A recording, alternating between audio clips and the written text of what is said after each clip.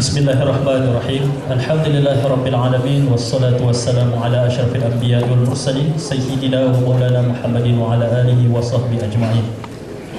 Kita mulakan majlis kita dengan membaca Ummul Quran Al-Fatihah. Bismillahirrahmanirrahim. Alhamdulillahirabbil alamin. Arrahmanir rahim. Iyyaka na'budu wa iyyaka nasta'in. Ihdinas siratal mustaqim. Siratal ladzina an'amta 'alaihim ghairil maghdubi 'alaihim waladdallin. Okey, para peserta sekalian, insya-Allah sebentar lagi kita akan masuk ke dalam slot ceramah kita yang kedua bersama Al-Fadhil Dr. Zamihan Mazid Al-Ghari, penolong setiausaha Kementerian Dalam Negeri. Insya-Allah beliau akan mengupas satu tajuk yang cukup penting yang sekarang ini merupakan jadi seolah-olah menjadi barah dalam masyarakat kita pada zaman ini, iaitu bahayanya fahaman Wahabi dan Syiah satu ancaman di Malaysia. Jadi harap peserta dapat memberikan tumpuan kepada ceramah yang akan disampaikan oleh Al-Fadhil Ustaz sebentar lagi. Namun sebelum itu, saya mengalu-alukan kedatangan tuan-tuan untuk masuk dalam dewan ini sekali lagi dan penuhkan kerusi-kerusi kosong yang ada di hadapan itu. Sebelum saya menjemput penceramah kita Al-Fadhil Ustaz Zamihan untuk menyampaikan ceramah beliau, saya akan bacakan sedikit biodata berkenaan penceramah kita. Ustaz Haji Zamihan Al-Ghari dilahirkan di Gua Musang, Kelantan pada tahun 1976. Lepasan Ma'had Muhammadi Gua Musang, Kelantan. BA Hon Syariah dan Pengajian Islam Universiti Makkah Jordan. MA Hon Usuluddin dan Falsafah UKM bidang tasawuf.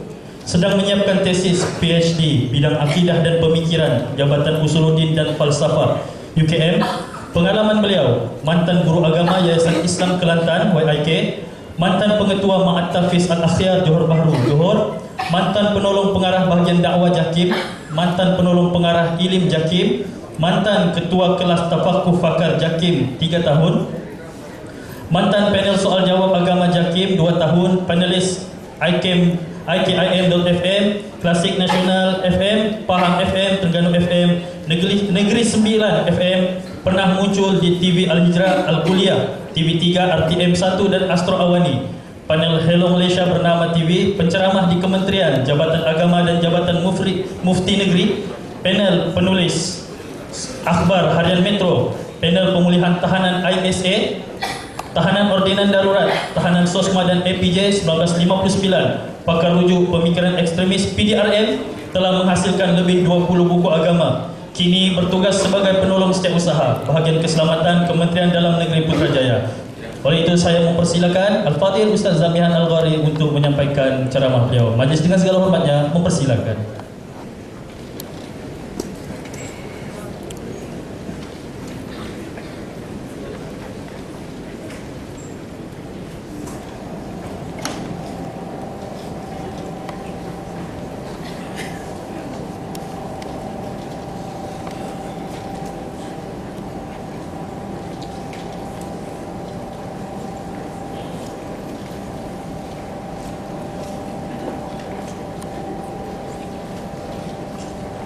Bismillahirrahmanirrahim.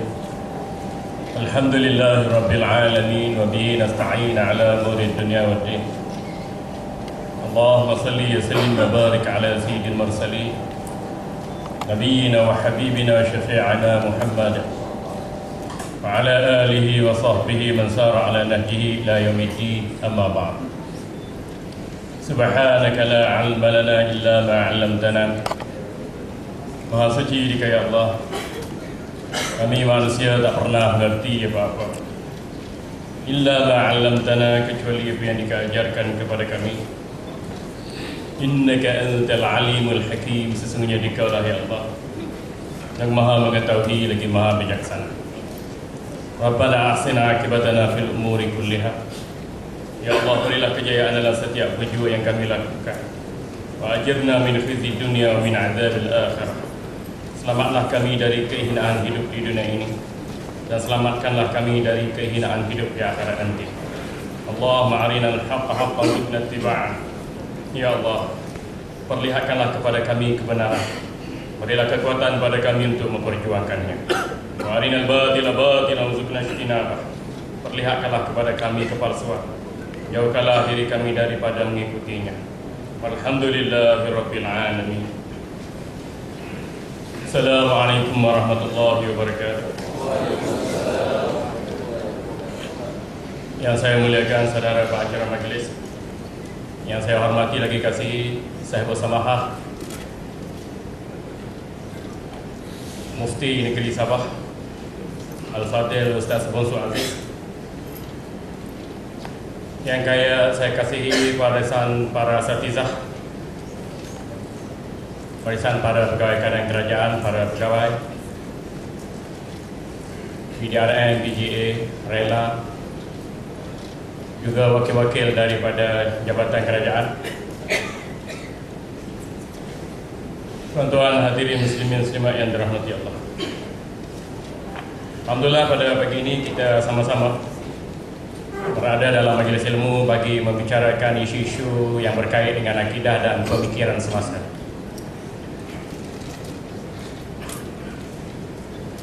Ia merupakan elemen yang terpenting kerana akidah adalah teras pembangunan modal insan ke arah yang diredai oleh Allah. Pembangunan modal insan akan menjadi terencat bila manusia tidak berpegang kepada akidah yang benar, sebagaimana yang telah ditetapkan oleh Allah Subhanahu wa taala dan Nabi kita Muhammad sallallahu alaihi wasallam. Dan akhirnya menyebabkan kita hilang identiti. Patutnya Islam, iman dan ihsan menjadi anutan, tetapi bila rangkaian ini tidak ada dalam kehidupan, identiti dan jati diri kita terhakis. Bahkan lebih kurang sama jati diri dan identiti kita dengan penganut agama yang lain, seperti Hindu, Buddha, Kristian, Yahudi dan rakan-rakan yang satu dengannya. Justru berpegang kepada akidah yang benar itu satu kewajipan yang tidak boleh dipandang mudah oleh setiap mukallaf yang mengaku beriman kepada Allah dan hari akhirat. Dalam soal-soal akidah dan pemikiran ini, kita perlu melihat kepada pelbagai cabaran kontemporari yang ada dalam lingkungan pemikiran semasa. Antara cabaran yang kita hadapi di sebalik kita menganuti dan memperkasakan Ahlussunnah wal Jamaah, kita menghadapi ancaman dalaman dan ancaman luaran. Ancaman luaran ialah ancaman yang muncul daripada sakit-bakit agama kepercayaan selain daripada Islam, seperti Yahudi, Hindu, Buddha, Kristian dan golongan pelampau dari kalangan agama mereka. Yang kedua, kita menghadapi ancaman dalaman, iaitu ancaman yang disalahfahami dan dimunculkan oleh umat Islam sendiri. Dan ancaman dalaman ini muncul di zaman klasik, zaman awal peradaban Islam, hinggalah kepada zaman-zaman yang mendatang. Itulah realiti dan kenyataan bahawa kita umat Islam, walaupun kita dalam rantau Ahlussunnah wal Jamaah, tidak boleh meletakkan diri di zon selesa. Kerana perlu melihat kekuatan dan kelemahan kita supaya ia tidak boleh dieksploitasi oleh pihak yang berkepentingan dan akhirnya menatijahkan kelemahan umat Islam. Tuan-tuan hadirin yang dirahmati Allah, fokus kita pada pagi ini ialah berkait dengan bahaya fahaman Syiah dan Wahabi, dua buah ancaman dalaman yang melanda umat Islam yang perlu diberi perhatian. Tuan-tuan hadirin yang dirahmati Allah, bila kita menyentuh tentang akidah, kita perlu memahami akidah dari sudut bahasa dan istilah. Akidah dari sudut bahasa bermaksud ikatan, simpulan atau aku janji.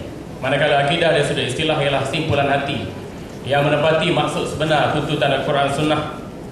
Ia dibuktikan dengan kata-kata, perbuatan dan hati. Akidah dengan iman ini satu makna. Al-iman ma waqara fil qalbi wa saddaqahu al-amal. Iman itu apa yang tetap di dalam hati dengan keyakinan dan dibuktikan dengan amalan ataupun tindakan. Kadang kita mendengar istilah-istilah seperti usuluddin yang membahaskan tentang pokok pangkal agama Islam, ilmu kalam, ilmu yang membicarakan sifat-sifat Allah, perintah dan larangannya, zatnya, dan juga kita bicarakan tentang ilmu tauhid, bagaimana untuk kita mengesahkan Allah Subhanahu wa taala Dan juga disebut istilah-istilah seperti tasdik, sama ada jazim ataupun yang tidak. Dan bila kita bicarakan tentang akidah, kita semestinya berasaskan kepada keyakinan yang teguh, bukannya bersifat taklid, ikutan sangkaan orang semata-mata. Hal ini dijelaskan oleh Imam Ibrahim Al-Laqani dalam matan Jawahirut Tauhid. Beliau menyebutkan tentang perihal manusia yang ragu tentang akidah, imannya tak terlepas daripada sangkaan dan juga keraguan, yang menyebabkan boleh terpisah daripada asal Islam hingga menjadi sesat, menyeleweng dan murtad. Tuan-tuan hadirin yang dirahmati Allah, beliau menyebutkan kullu man qallada fit tauhid imanuhu lam yahlu min tardidi. Barang sesiapa yang bertaklid dalam soal-soal akidah, imannya tak terlepas daripada keraguan dan kerancuan. Jadi bersama kita melihat tentang diri kita, bila mana kita mengaku kita beriman pada Allah dan hari akhirat dengan melafazkan syahadah, apa pula tentang prestasi akidah atau keimanan kita pada Allah? Maksudnya ialah, kalau akidah tidak dipelajari secara berguru, berkitab, bersukatan dengan dalil-dalilnya yang meyakinkan kita, lama kelamaan akidah kita menjadi rancu dan ragu. Akhir sekali kita yang keliru dalam memahami tentang soal-soal akidah Islam. Dan skop akidah Islam ini seperti yang saya jelaskan semalam, merujuk kepada soal-soal ilahiyah, soal ketuhanan Allah. Saya akan pelajari di sana tentang Allah memiliki zat yang maha suci, yang wajib wujud, yang tidak ada keserupaan kesamaan dengan makhluk. Kita juga akan mempelajari tentang sifat-sifat Allah. Ada sifat yang usul bagi Allah, ada sifat yang furu' bagi Allah. Bila kita memahami sifat yang usul bagi Allah, seperti pendekatan Imam Abu Hasan Asy'ari dan Abu Mansur Maturidi yang menghitung kira sifat usul bagi Allah itu ada 13 atau 20, maka semestinya kita dapat memahami sifat Allah dengan baik, mudah dan komprehensif. Kita juga bila berada tahap ini akan mampu membezakan sifat-sifat yang wajib bagi Allah, sifat yang harus bagi Allah, dan sifat yang mustahil bagi Allah. Terunjur daripada mempelajari sifat Allah, kita akan melihat setiap sesuatu itu berlaku dengan perbuatan Allah, af'al Allah, dan terzahir kepada kita nama-nama Allah.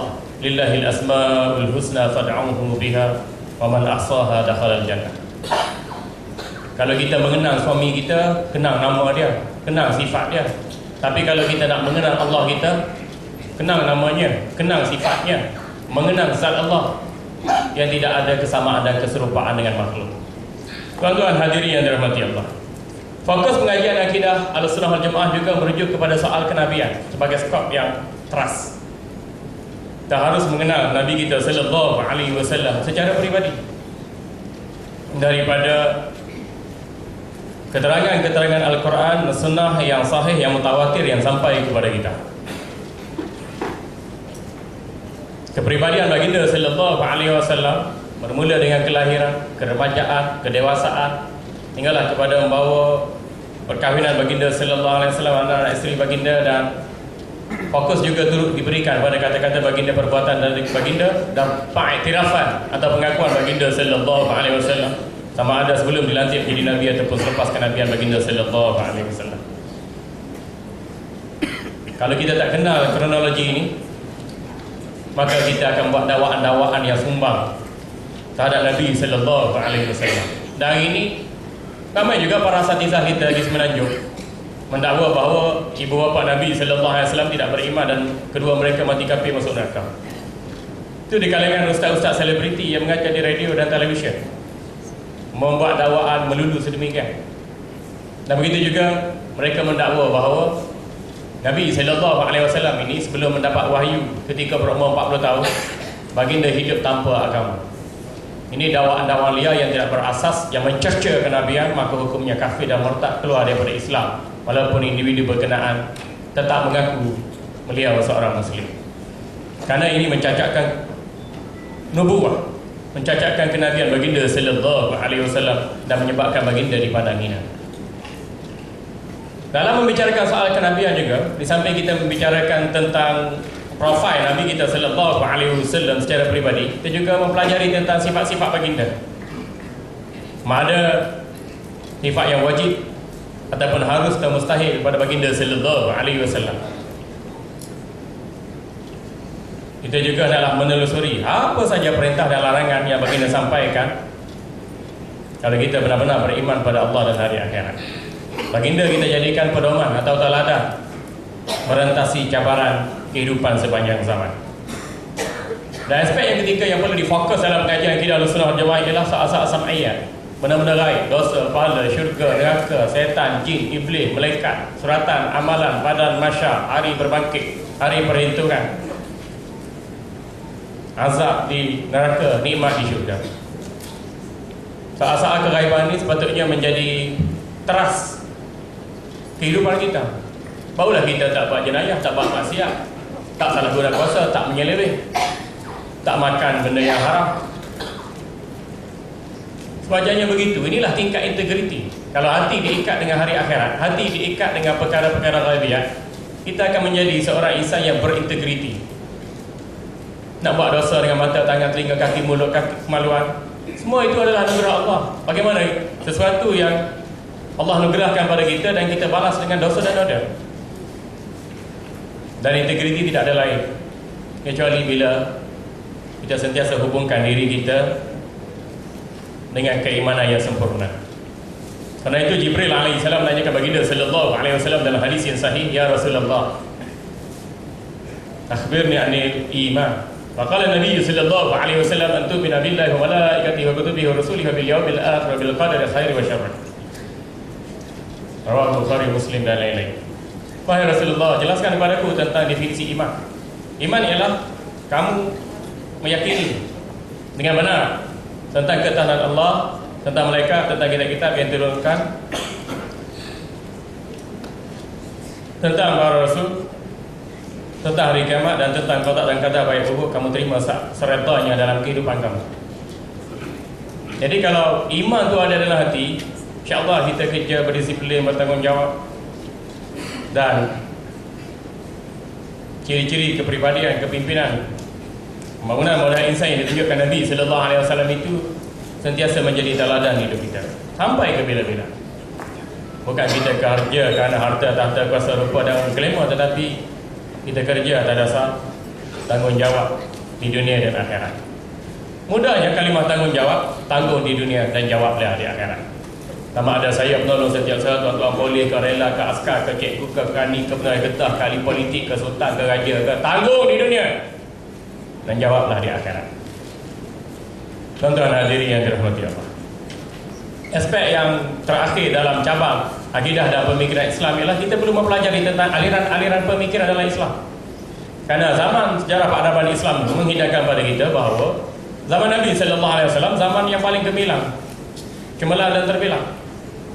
Kemudian yang terunjuk kepada zaman para sahabat radhiyallahu alaihim ajmain, seperti Sayyidina Abu Bakar dilantik dengan syura di kalangan Muhajirin dan Ansar. Kemudian Sayyidina Abu Bakar pula mewasiatkan agar Umar dilantik menjadi khalifah lepas wafatnya beliau. Kemudiannya berlaku fitnah di zaman Sayyidina Umar hingga beliau ditikam oleh Abu Lu'lu'ah Al-Majusi, dan dalam keadaan beliau kering kesakitan itu, beliau meminta pandangan ahli hil wal aqad di kalangan sahabat yang ada 6 orang pembesar yang mewakili Muhajirin dan Ansar itu bersetuju untuk melantik Sayyidina Uthman bin Affan sebagai khalifah. Dan Sayyidina Uthman bin Affan telah terjadinya fitnah hingga pemberontak mengepung rumah beliau, menghalang beliau daripada memasuki Masjid Nabawi 40 hari, 40 malam lamanya. Dan akhirnya Sayyidina Uthman jadi mangsa kepada fitnah pemberontakan itu. Lepas daripada kematiannya, maka Sayyidina Ali dilantik sebagai khalifah. Di peringkat awal, antara yang memberi bai'ah janji setia pada Sayyidina Ali 50 dan golongan yang enggan membai'ah Sayyidina Ali 50. Tetapi kemudiannya disokong sebahagian besar sahabat Nabi sallallahu alaihi wasallam, maka majoriti kalangan sahabat Nabi sallallahu alaihi wasallam memberi bai'ah kepada kepimpinan Sayyidina Ali karamallahu wajhah. Ini disebutkan dalam hadis Safinah yang berbunyi khilafatun Nabi sallallahu alaihi wasallam 30 sanatan. Amsik alaika anna Aba Bakrin sanatain wa Umar 10 wa Utsman 12 wa hakadha Ali. Hadis sahih. Maksudnya khalifah Nabi sallallahu alaihi wasallam itu berlangsung dalam jangka masa 30 tahun. Sayyidina Abu Bakar mewakili pemerintahan selama 2 tahun, diikuti Umar 10 tahun, 12 tahun jumlahnya, kemudian diikuti oleh Sayyidina Utsman 12 tahun, 12, 24, dan baki lagi ialah dipenuhi oleh Sayyidina Ali karamallahu wajhah 6 tahun. Di celah-celah kepimpinan khalifah ini berlaku pemberontakan, fitnah dan tragedi hingga membawa kepada pembunuhan khalifah. Jadi kita menyedari bahawa fitnah, tragedi, pemberontakan ini berlaku disebabkan fahaman, pemikiran, tafsiran, gerakan yang berbeza. Daripada sejarah, kronologi sejarah ini terdapati munculnya golongan Khawarij yang keluar daripada mentaati pemerintahan Sayyidina Ali karamallahu wajhah maupun Sayyidina Muawiyah di Damsyik. Munculnya puak Syiah yang mendewa-dewakan Sayyidina Ali karamallahu wajhah secara melampau hingga membenci sebahagian besar sahabat Nabi yang lain. Muncul pula golongan Mu'tazilah selepas itu yang menafikan beberapa sifat bagi Allah Subhanahu wa taala. Juga muncul pula Jabariyah, Murji'ah, Qadariyah. Dan kelangsungannya zaman kita ini muncul pula Wahabi, Syiah, Islam liberal, pluralisme. Dalam konteks Nusantara ada ajaran Yahpin, Haji Kahar, Harun Mansa'at atau Tuhan Harun Qadiani, Bahai, Tok Garak, Negara Islam Indonesia, Kutup Linu, Panji Langit, Arkam. Dan muncul pula serpihan-serpihan puak-puak ekstremis ataupun radikal yang akhirnya mengubah kesucian agama Islam itu sendiri. Jadi soal ini bukan soal picisan, bukan soal sampingan, soal yang perlu diberi perhatian. Karena kalau kita tidak berpegang dengan akidah Ahlussunnah wal Jamaah, akidah kita punah-punah, yang layak dikategorikan sebagai sesat, menyeleweng, dan akhirnya dikhawatiri terjebak pada gejala kafir dan murtad, keluar daripada Islam. Na'udzubillah min zalik. Tuan-tuan hadirin yang dirahmati Allah, akidah Ahlussunnah wal Jamaah ialah merujuk kepada 3 istilah teknikal. Akidah Ahlussunnah wal Jamaah. Akidah ialah simpulan hati menurut kehendak Al-Quran dan Sunnah. Ahlus Sunnah maknanya orang yang mengikuti prinsip kebenaran yang terdapat dalam Al-Quran dan Sunnah. Wal Jamaah kerana mereka bersatu atas platform kebenaran bagi memperjuangkan kebenaran dan membantah segala unsur kesesatan dan penyelewengan. Itulah kriteria Ahlussunnah wal Jamaah, yang mana ia merupakan akidah sebenar para nabi, para sahabat, para tabi'in dan majoriti ulama umat Islam, dan kelangsungannya dijamin oleh Allah hingga ke hari kiamat. Baginda sallallahu alaihi wasallam bersabda, la tazalu ta'ifatun min ummati zahirina 'alal haqq wa hum ahlul 'ilm. Akan ada sebilangan kalangan umatku yang sentiasa memperjuangkan kebenaran, mereka itu terdiri kalangan para alim ulama. Dalam hadis yang sahih yang lain diriwayatkan oleh Bukhari rahimahullah, baginda sallallahu alaihi wasallam bersabda, la tazalu ta'ifatun min ummati zahirina 'alal haqq la yadurruhum man nawahum hatta ya'ti amrullah. Akan ada di kalangan umatku yang sentiasa memperjuangkan kebenaran dan tidak ada mudarat perjuangan kebenaran yang diperjuangkan mereka sehingga datangnya perintah daripada Allah, yakni hari kiamat. Tuan-tuan hadirin yang dirahmati Allah, dalam Ahlussunnah wal Jamaah ini ada istilah-istilah teknikal yang perlu difahami, yang mana istilah ini walaupun diungkap dengan lafaz yang berbeza tetapi maksudnya adalah sama. Kadang kita panggil Ahlussunnah wal Jamaah, kadang kita panggil Jama'atul Sahabah, kadang kita panggil A'immatul Mujtahidin, kadang kita panggil Salafus Saleh. kadang kita panggil Asy'ariyah wal Maturidiyah, kadang kita panggil Sawadul Azam, kadang kita panggil Ta'ifatul Mansurah, kadang kita panggil Ahlul Haq, kadang kita panggil Ahlul Tanzih. Ini merupakan istilah-istilah yang dilafazkan dalam bentuk yang berbeza tetapi merujuk kepada satu maksud yang sama, iaitu merujuk kepada akidah Ahlussunnah wal Jamaah. Kalau kita membelik kitab-kitab di pentas ilmiah, istilah-istilah ini begitu sinonim dengan Ahlussunnah wal Jamaah. Alhamdulillah. Tuan-tuan hadirin yang dirahmati Allah. Imam Al-Muhaddis Az-Zabidi di dalam kitabnya Ithaf Sa'adatul Muttaqin bi Syarh Ihya Ulumuddin dalam Faslul Aqaid menyebutkan wa iza utlika ahlus sunnati wal jamaati fal muradu bihimul asy'ariyah wal maturidiyah. Bila disebut istilah teknikal berkait ahlus sunnah wal jamaah, maka ia dimaksudkan dengan pimpinan ulama asy'ariyah dan maturidiyah.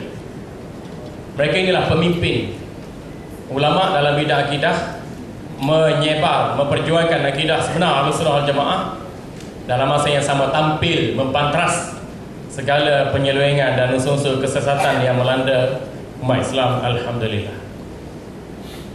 Lepas tu kalau kita tengok, selepas daripada era Imam Abu Hasan Asy'ari, lahirnya Imam Abu Hasan Al-Bahili, Qadhi Abu Bakar Al-Baqillani, Imam Ar-Razi, Al-Ghazali, Al-Amidi, Imam Ibn Hajar Al-Asqalani, Imam Suyuti, Imam Tajuddin Al-Subki, Abdul Wahab Al-Subki, hinggalah sampai kepada ulama-ulama kita di Nusantara yang belajar ilmu dengan mereka satu waktu dahulu, dan lahir pula kitab-kitab yang bercorakkan akidah Asy'ariyah dan Maturidiyah dalam memanifestasikan akidah Ahlussunnah wal Jamaah, seperti yang kita belajar dalam kitab-kitab Pondok Darussan Trends, Hidayatul Sidyan, Risalatul Tauhid, Faridatul Faraid, Ad-Darus Samil fi Aqaidil Mu'minin, begitu juga kitab Aqaid An-Nasafi, begitu juga kitab Tuhfatul Murid bi Syarh Jawharatul Tauhid, dan lain-lain di karangan ulama. Alhamdulillah. Inilah yang menjadi teras pembelajaran dan pengajaran kita, anutan kita bagi pihak otoriti agama. Hingga hari ini kita nampak JAKIM sebagai agensi di peringkat persekutuan atau Jabatan Agama Islam Negeri Sabah, Pahang, Terengganu, Kelantan, Perak, Selangor mewakili 4 buah negeri, Jabatan-Jabatan Mufti Negeri, Majlis Agama Islam Negeri, semuanya jelas beracukan kepada Ahlussunnah wal Jamaah. Alhamdulillah.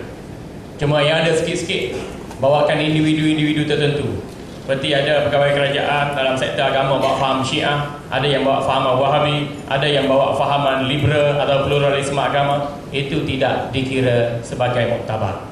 Yang penting kita memiliki garis panduan atau disiplin yang jelas bagi menjayakan aspirasi pihak otoriti agama dalam negeri dan negara kita. Tuan-tuan hadirin yang dirahmati Allah, belum kita fokus kepada bahaya Wahabi dan Syiah, kita perlu jelas dengan ciri-ciri Ahlussunnah wal Jamaah. Ciri-ciri Ahlussunnah wal Jamaah ialah berpegang teguh pada ajaran Nabi sallallahu alaihi wasallam, para sahabat dan para tabi'in. Bagaimana sabda baginda sallallahu alaihi wasallam, "Alaikum bi sunnati wa sunnatil khulafa'ir rasyidin, addu 'alaiha bin nawajis.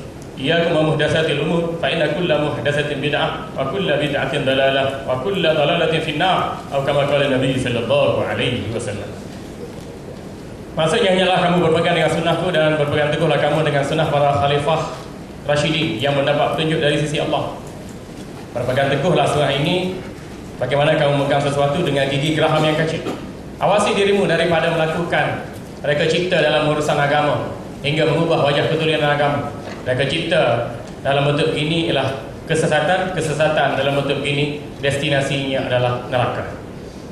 Dalam hadis ini baginda sallallahu alaihi wasallam memberi kita dua petunjuk isyarat yang jelas. Yang pertama sekali, berpegang dengan kebenaran bagaimana yang dirintis baginda sallallahu alaihi wasallam, para sahabat, para tabi'in. Dan yang keduanya, hendaklah kita awasi diri daripada unsur-unsur penyelewengan dan kesesatan hingga mengubah ketulinan agama Islam. Tuan-tuan hadirin yang dirahmati Allah. Jadi bila kita kata kita Ahlussunnah wal Jamaah, Nabi sallallahu alaihi wasallam, para sahabat, para tabi'in, para ulama dia jadikan pedoman. Alhamdulillah. Yang kedua, Ahlussunnah wal Jamaah cirinya berpandukan kepada pandangan majoriti ulama dan umat Islam. Baginda sallallahu alaihi wasallam bersabda, "La yajma'u Allahu fi ummati ala dhalalatin. Yadullahi ma'al jama'ah. Fa idza ra'aytumul ikhtilafa fa'alaikum bisawadil a'zam." Maksudnya, Allah tidak menghimpun umat aku atas platform kesesatan. Dan ketahuilah bahawasanya kekuatan Allah itu bersama para jamaah. Dan jemaah kita adalah jelas. Jemaah kita adalah jelas. Bagaimana rintisan para ulama para sahabat, para tabi'in yang diambil daripada Nabi sallallahu alaihi wasallam, itu yang kita katakan jamaah. Yadullahi ma'al jamaah, kekuatan Allah bersama para jamaah. Dan apabila kamu melihat banyak perselisihan berlaku di kalangan ulama, hendaklah kamu berpegang kepada suara majoriti ulama. Hadis ini sama keterangannya yang diriwayatkan oleh Tirmizi rahimahullah dalam sunannya. La tajtami ummati ala dhalalatin wa idza ra'aitumul ikhtilafa fa'alaikum bisawadil azab. Mana aku tidak bersatu atas platform kesesatan, dan apabila kamu melihat perselisihan pandangan agama di kalangan masyarakat, hendaklah kamu berpegang kepada suara majoriti ulama. Alhamdulillah. Satu kali kita tengok dalam pengaplikasian masyarakat kita, jabatan mufti, bukan mufti seorang yang memutuskan hukum. Ada ahli majlis fatwa negeri.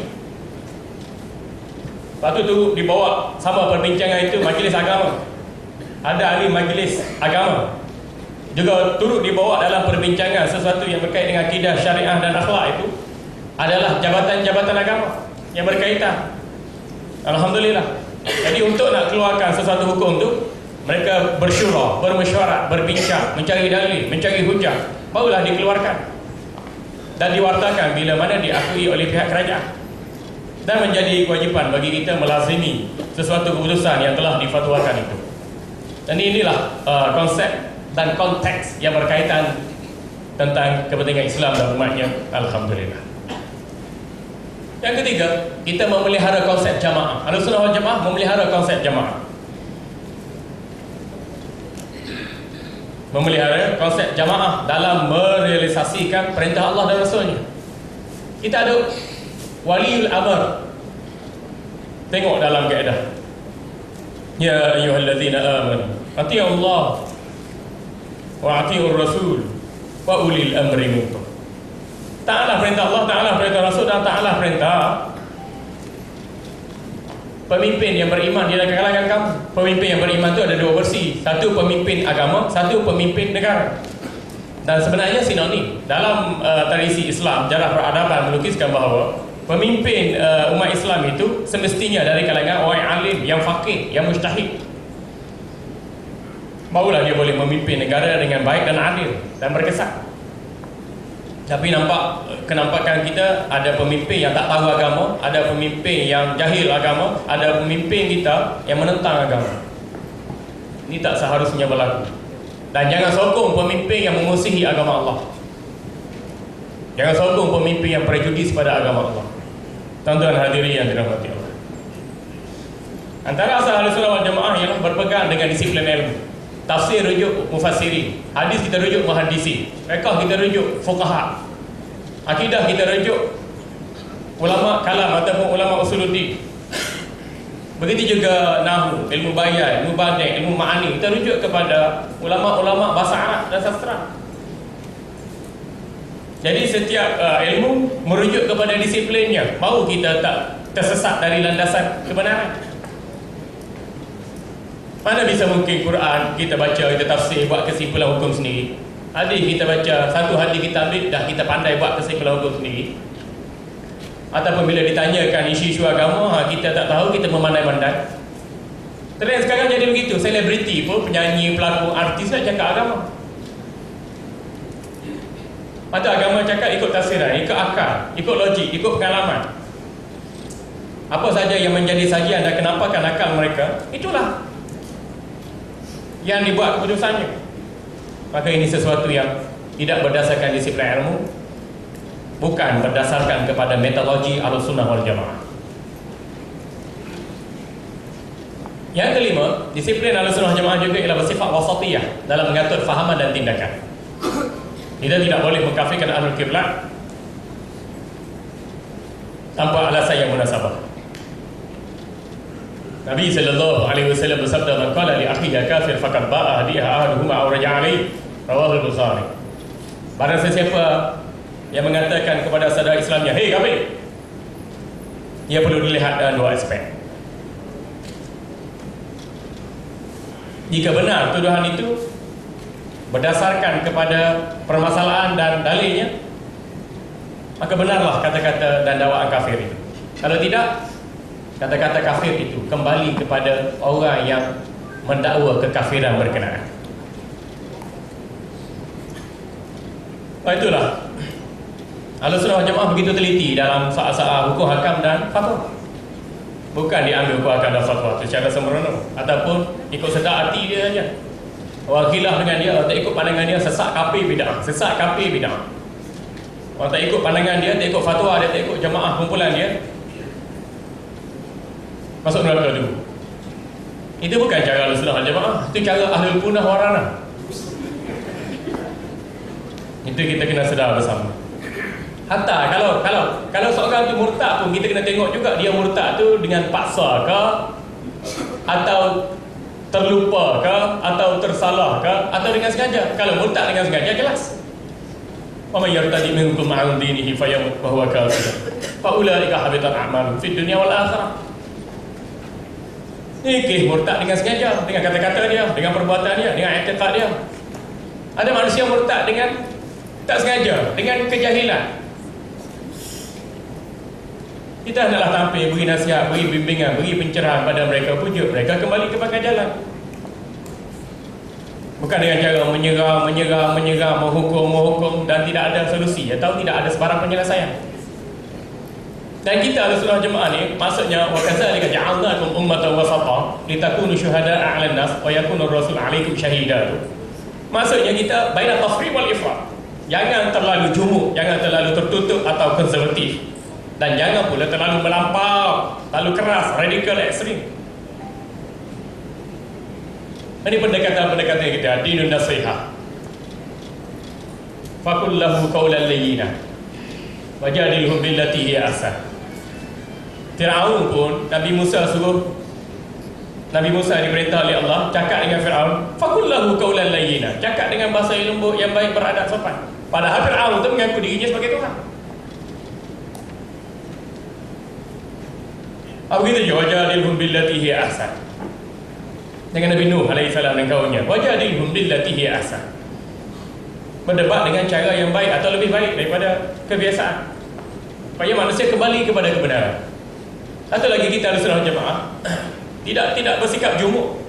Kita bukan kata kita je ahli syurga, bukan kita kata kita ni bersih sangat, tak. Semua ada kekurangan. Tetapi biarlah kekurangan itu diatasi dengan keilmuan, keimanan, keyakinan, dan kita lakukan penambahbaikan. Alhamdulillah. Mudah je prinsip Ahlussunnah, baina tafriq wal ifrat. Kalau nak hukum orang, mesti ada dalil, ada keterangan yang munasabah, baru boleh kita putuskan hukuman. Dan keputusan perhukuman pun bukan individu boleh buat, kecuali kita merujuk kepada pihak otoriti agama, difatwa, diwartakan, dan perlu ditaati dengan sebaik mungkin. Antara asas Ahlussunnah wal Jamaah juga sikap terbuka dalam menerima kebenaran. Ahlussunnah wal Jamaah berdasarkan disiplin ilmu, muzakarah, berbincang, bernasihat, mencari apa itu kebenaran. Bukan senyap-senyap. Kalau ajaran sesat, ayah pen, jika kau dia ni, bahai, tepat linu, ajaran maksa'ah, arkam, senyap-senyap dalam kelompok mereka je, tempat mereka je. Mana ada arkam mengajar kat masjid? Syiah ke, liberal ke, ayah pen ke, Pak Kahar ke, ayah Zik ke, ayah Butan ke, ayah tu ayah. Mana ada secara terang-terangan? Tak ada. Sebab kalau dia ajar secara terang-terangan, orang akan bantah. Orang akan jelaskan setiap instansi penyelewengan, kesesatan mereka. Kita Ahlussunnah wal Jamaah ni alhamdulillah sikap terbuka dalam menerima kebenaran.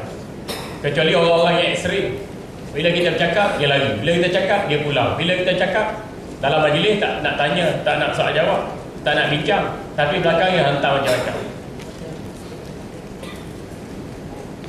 Itu bukan Ahlussunnah wal Jamaah, itu Ahlul Punah Warana. Minta maaf tuan-tuan, baru ni saya pergi Bintulu. Belum sampai Bintulu tu, ada kumpulan Salafi yang menggelarkan diri mereka Salafi Bintulu.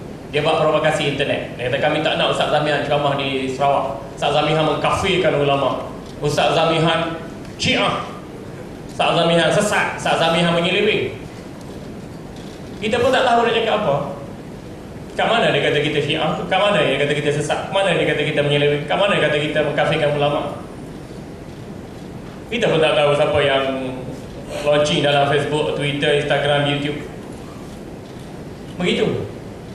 Bila saya nak cakap di masjid daerah, masjid bahagian Bintulu, mereka guna orang politik. Minta orang politik supaya jangan bagi Ustaz Zamihan datang ni untuk memecah belahkan umat Islam di Bintulu. Tak datang lagi. Macam mana pecah belah dah? Tak datang lagi. Ini tak jam zaman. Ni dia orang yang mengaku diri mereka Salafi. Ni Salafi apa macam ni? Salafi duduk dengar bincang, cari penyelesaian. Itu Salafi. Ini bukan Salafi, ini salah pi lain.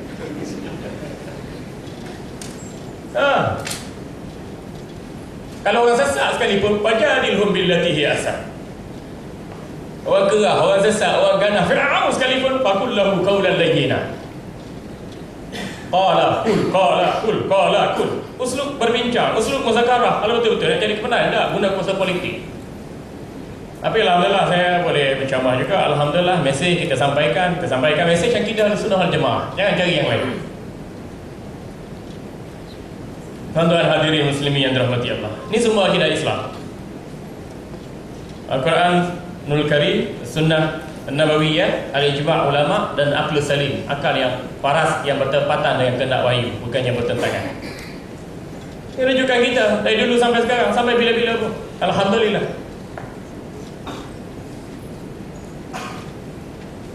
Tapi sekarang ni sumber yang keempat ni orang tak boleh nak akses. Contohnya dalam misteri kehilangan pesawat MH370, orang panggil bom VIP. Bawa teropong bulu, bawa bubu. Lepas tu nak cari pesawat tu, dikatakan pesawat tu tenggelam dasar laut. Jadi nak tinjau laut mana, Lautan Hindi ke Pasifik ke Atlantik ke China Selatan ke, teropong dengan bulu. Memperbodohkan manusia. Kemudian bawa bubu. Nak suruh pesawat tu masuk dalam bubu. Boeing 777 bro, besar bro.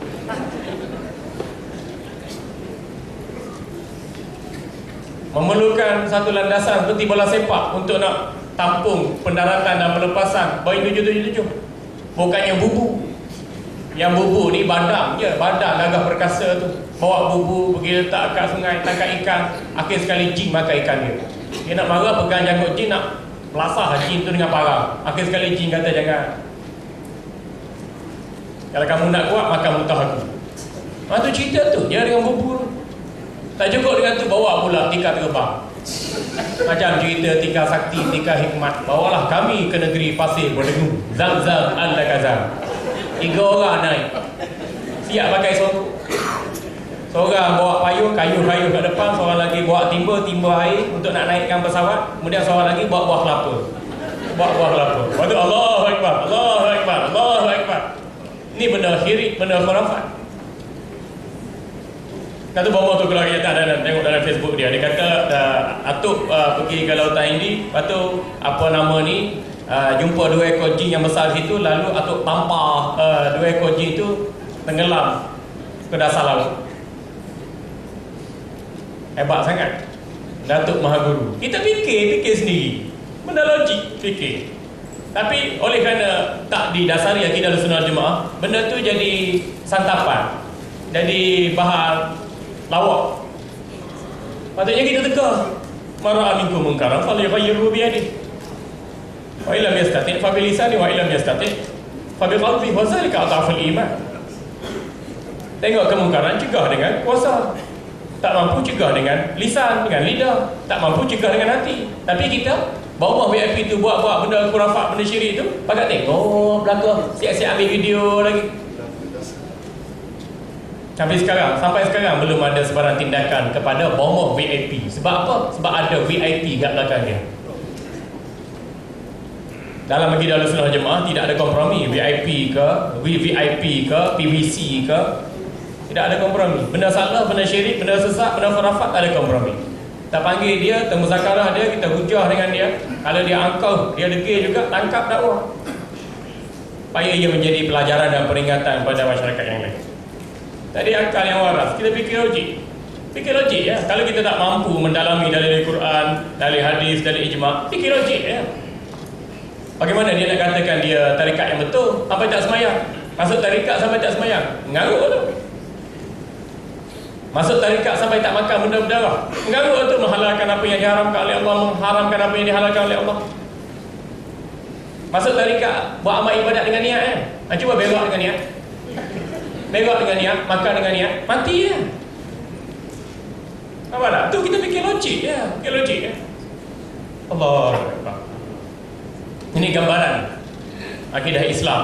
Bila masuk la ilaha illallah Muhammadur Rasulullah dalam hati, maka terbangun badan insan manusia, hati bersih. Hati bersih, dia akan menghantarkan isyarat-isyarat yang bersih pada mata, tangan, telinga, kaki, mulut, kulit, kemaluan, akal pun fikir bersih, fikir baik, jadi orang baik. Dan kita boleh beri manfaat yang luas pada manusia, binatang, flora fauna yang ada sekitar kita. Inilah yang difirmankan oleh Allah, kalimatin tayyibatin kasyajaratin tayyibah asluha sabitun wa far'uha fis sama'. Inilah keadaan dia. Kalau la ilaha illallah tu betul-betul masuk dalam hati kita, dalam hati ada iman, insya-Allah hati kita bercahaya. Nafsu kita, nafsu yang bergelora tu diredakan hingga mencapai kepada nafsul lawamah ataupun tingkat lagi nafsul mutmainnah, naik lagi nafsul radiyah, mardiyah hingga kepada nafsul kamilah. Kita boleh rujuk dalam kitab Hidayatul Salikin ataupun Sayyidus Salikin untuk pembelajaran tentang tingkatan-tingkatan penjelajahan hawa nafsu. Tapi la ilaha illallah tak berapa nak masuk. La ilaha illallah boleh jadi kat bibir, la ilaha illallah boleh jadi kat kerongkong, tak masuk dalam hati. Tak, ini baiknya. Lepas tu kita dapati hari ni, ada cikgu dia mengajar tapi tak semayang. Cikgu mengajar anak murid, so jadi baik, tapi dia sendiri cikgu tak semayang. Macam cikgu Syari lah. Dalam cerita masa-masa Mani, mana ada cikgu Syari semayang? Dalam cerita masa-masa Mani tu, Piramli watak cikgu Syari tu tak tunjuk dia semayang, tunjuk dia main saksepon je. Betul? Cikgu tak semayang, minta maaf lah cikgu tak semayang. Cikgu tak semayang ni bodoh. Sama juga doktor, sama juga askar, sama juga polis, sama juga tentera, sama juga profesor. Tak semayang, bodoh. Tuan-tuan nak cakap apa kat saya? Saya cakap benar. Cikgu, askar, polis, tentera, ahli politik, doktor, profesor tak semayang, bodoh. Sebab dia tak kenal siapa dirinya. Ini akidah, dia tak kenal siapa dirinya, dia tak kenal siapa Tuhannya, dia tak kenal tu akhirat macam mana. Bodoh. Tuan-tuan rasa tak saya cakap? Kalau rasa tu mana apa yang saya sampaikan betul, ikhlas, lillahi ta'ala. Tuan-tuan nak terus kekal dengan cara tak semayang itu, berani melawan Allah? Tak berani. Tugas saya menyampaikan saja. Kalau ni kali pertama dan kali terakhir, alhamdulillah saya telah menyampaikan. Orang tak semayang, bodoh. Jadi sedaya upaya kita, suami, isteri, anak, pinak, ipar, dua, jiran, tetangga, rakan sekerja, pegawai kerajaan, pegawai kanan, ahli politik, sedaya upaya kita merealisasikan perintah Allah. Inilah manfaat daripada la ilaha illallah Muhammadur Rasulullah. Manfaat daripada kalimatin tayyibatin kasyajaratin tayyibah. Boleh beri manfaat pada orang lain. Dan apa saja masalah diri kita, keluarga, rumah tangga akan dibantu oleh Allah. Dan akan ada jalan keluar. Setiap apa masalah yang kita alami, alhamdulillah. Wa imma masalah peribadi, masalah keluarga, masalah masyarakat, masalah negeri, masalah negara, insya-Allah. Bila kita bertakwa kepada Allah, wa may yattaqillaha yaj'al lahu makhraja. Sekarang ni kita seakan tidak ada jalan keluar. MH370 pun tidak ada jalan keluar. Kemarau teruk polis Menanjung pun seakan tidak ada jalan keluar. Buat pembenahan awal lah, nak minta hujan lah apa semua. Air pun jadi kurang, catu air di wilayah Sekutuan Kuala Lumpur, Selangor dan lain-lain, dicatukan air. Oh, susah lah. Seolah tidak ada jalan keluar. Padahal Allah menyebut, "Wa may yattaqillaha yaj'al lahu makhraja." Allah menyebut, "Walau annahum amanu wattaqau lamasubatun min 'indillahi khair law kanu ya'lamun." Tapi mengapa ia menjadi kesulitan buat kita? Sebab akidah kita, iman kita tak betul, boleh jadi tak sempurna. Sebab tu kita suka mendapatkan pertolongan daripada Allah. Berikut merupakan ciri-ciri yang sesat. Ciri yang pertama, menyalahi prinsip Quran, Sunnah, ijma' dan akal.